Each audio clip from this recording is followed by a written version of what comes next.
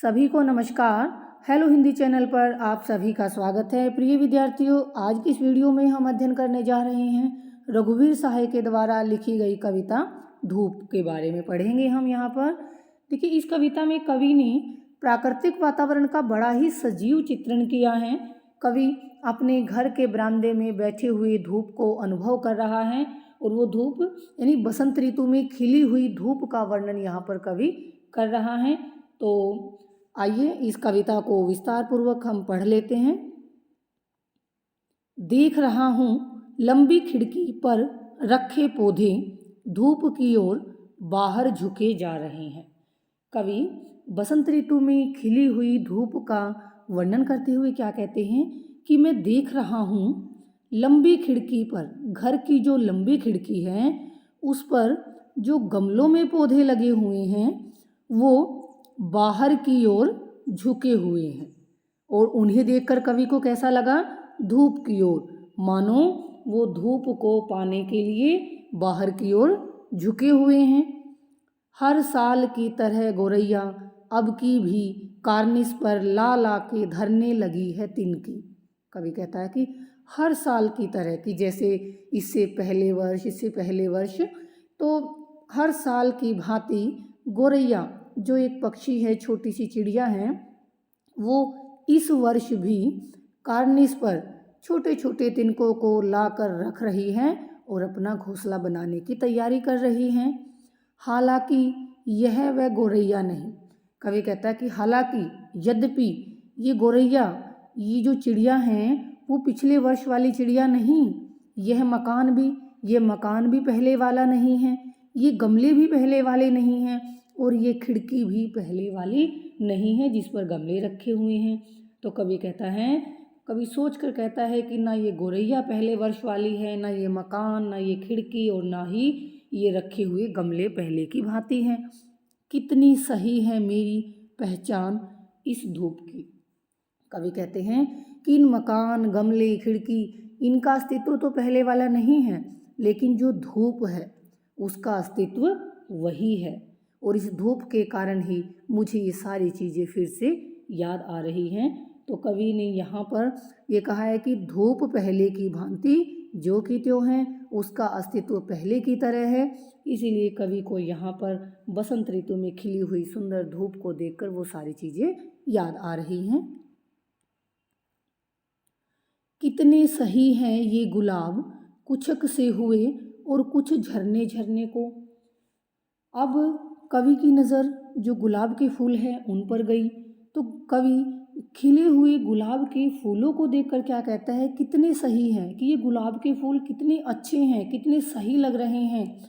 कुछक से हुए और कुछ झरने झरने को, कि इनमें से कुछ एक गुलाब के फूल जो हैं वो झरने वाले हैं, टूटकर नीचे गिरने वाले हैं। हल्की सी हवा में और भी जोखम से, कि जब हल्की हल्की सी हवाएं चल रही हैं, जोखम, खतरा, तो इनकी गिरने का खतरा और भी ज़्यादा बढ़ गया है। हल्की हल्की सी हवाओं के चलने में इन गुलाब के फूलों के गिरने का खतरा और भी बढ़ गया है। निखर गया है उनका रूप जो झरने को है, और जो गुलाब के फूल नीचे गिरने वाले हैं तो गिरने से पहले उनका जो रूप है, उनका जो सौंदर्य है वो और भी निखर गया है। यानी गिरने से पहले वो गुलाब के फूल और भी अत्यधिक सुंदर लगने लगे हैं। और वे पौधे बाहर को झुके जा रहे हैं, जैसे उधर से धूप इन्हें खींच लिए ले रही है। अब कवि कहता है कि जो पौधे खिड़की से बाहर की ओर झुके हुए जा रहे हैं, बाहर झुक रहे हैं, उन्हें देखकर ऐसा लगता है जैसे धूप उन्हें अपनी तरफ खींचती जा रही हो, धूप उन्हें अपनी ओर खींच रही हो। और बरामदे में धूप होना मालूम होता है जैसे ये पौधे बरामदे में धूप सा कुछ ले आए हो।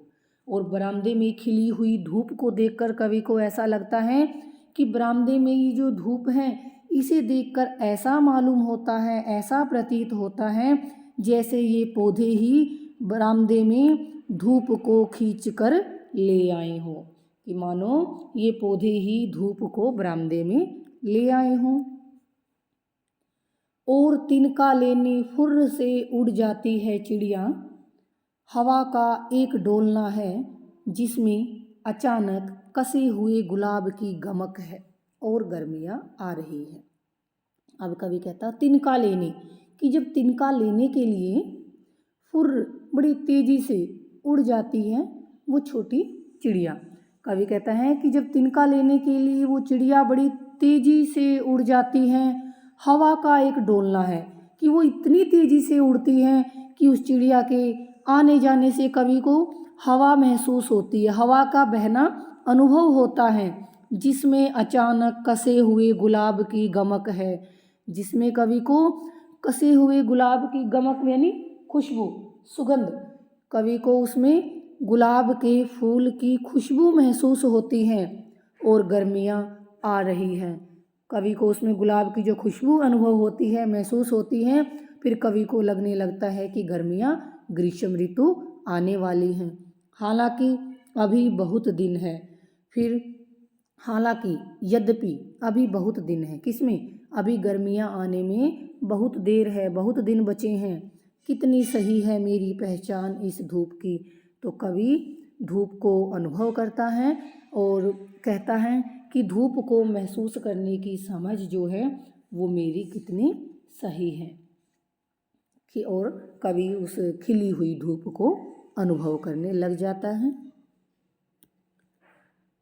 और इस गौरैया के घोंसले की कई कहानियां हैं, पिछले साल की अलग और उसके पिछले साल की अलग। अब कवि कहता है कि गौरैया जो घोंसला बना रही हैं, इसके घोंसले से जुड़ी हुई, घोंसला बनाने से जुड़ी हुई कई कहानियां हैं। पिछले वर्ष की अलग कहानी है और उससे पिछले वर्ष की अलग कहानी है, यानी सभी कहानियां अलग अलग हैं। एक सुगंध है, बल्कि सुगंध यही एक धूप है। अब कवि सुगंध के बारे में क्या कहता है कि एक सुगंध है, कि एक खुशबू है, एक सुगंध यही एक धूप है। लेकिन वो सुगंध क्या है, ये धूप ही है, वो खुशबू धूप की ही खुशबू है। तो उस सुगंध में कवि को धूप ही अनुभव हो रही है, बल्कि धूप नहीं, एक स्मृति है। और कवि कहता है कि वो धूप नहीं, बल्कि वो तो एक मधुर याद है, एक स्मृति के समान है, याद के समान है, बल्कि ऊष्मा नहीं, सिर्फ एक पहचान है।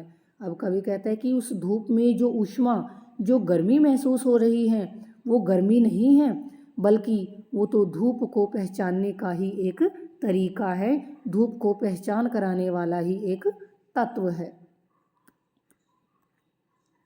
हल्की सी हवा है और एक बहुत बड़ा आसमान है। अब कवि क्या कहता है कि हल्की सी हवा है, जो हल्की हल्की हवा बह रही है, और एक बहुत बड़ा आसमान है, और मेरे सामने एक बहुत बड़ा आसमान, विशाल विस्तृत आकाश फैला हुआ है।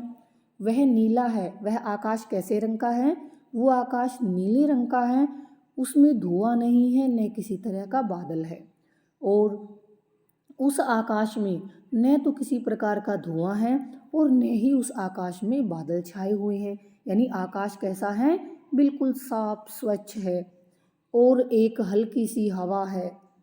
अब कवि कहता है कि उस समय जो कवि को एक हल्की हल्की सी हवाएं अनुभव हो रही है, महसूस हो रही है कि हल्की हल्की हवा चल रही है और रोशनी है, और चारों तरफ रोशनी फैली हुई है, प्रकाश फैला हुआ है, और यह धूप है जिसे मैंने पहचान लिया है। कवि कहते हैं कि जो ये रोशनी है, जो ये प्रकाश फैला हुआ है, यह धूप है, यानी ये धूप का प्रकाश है जिसे मैंने पहचान लिया है, जिसे मैंने महसूस कर लिया है, समझ लिया है कि ये रोशनी जो है वो धूप की ही रोशनी है।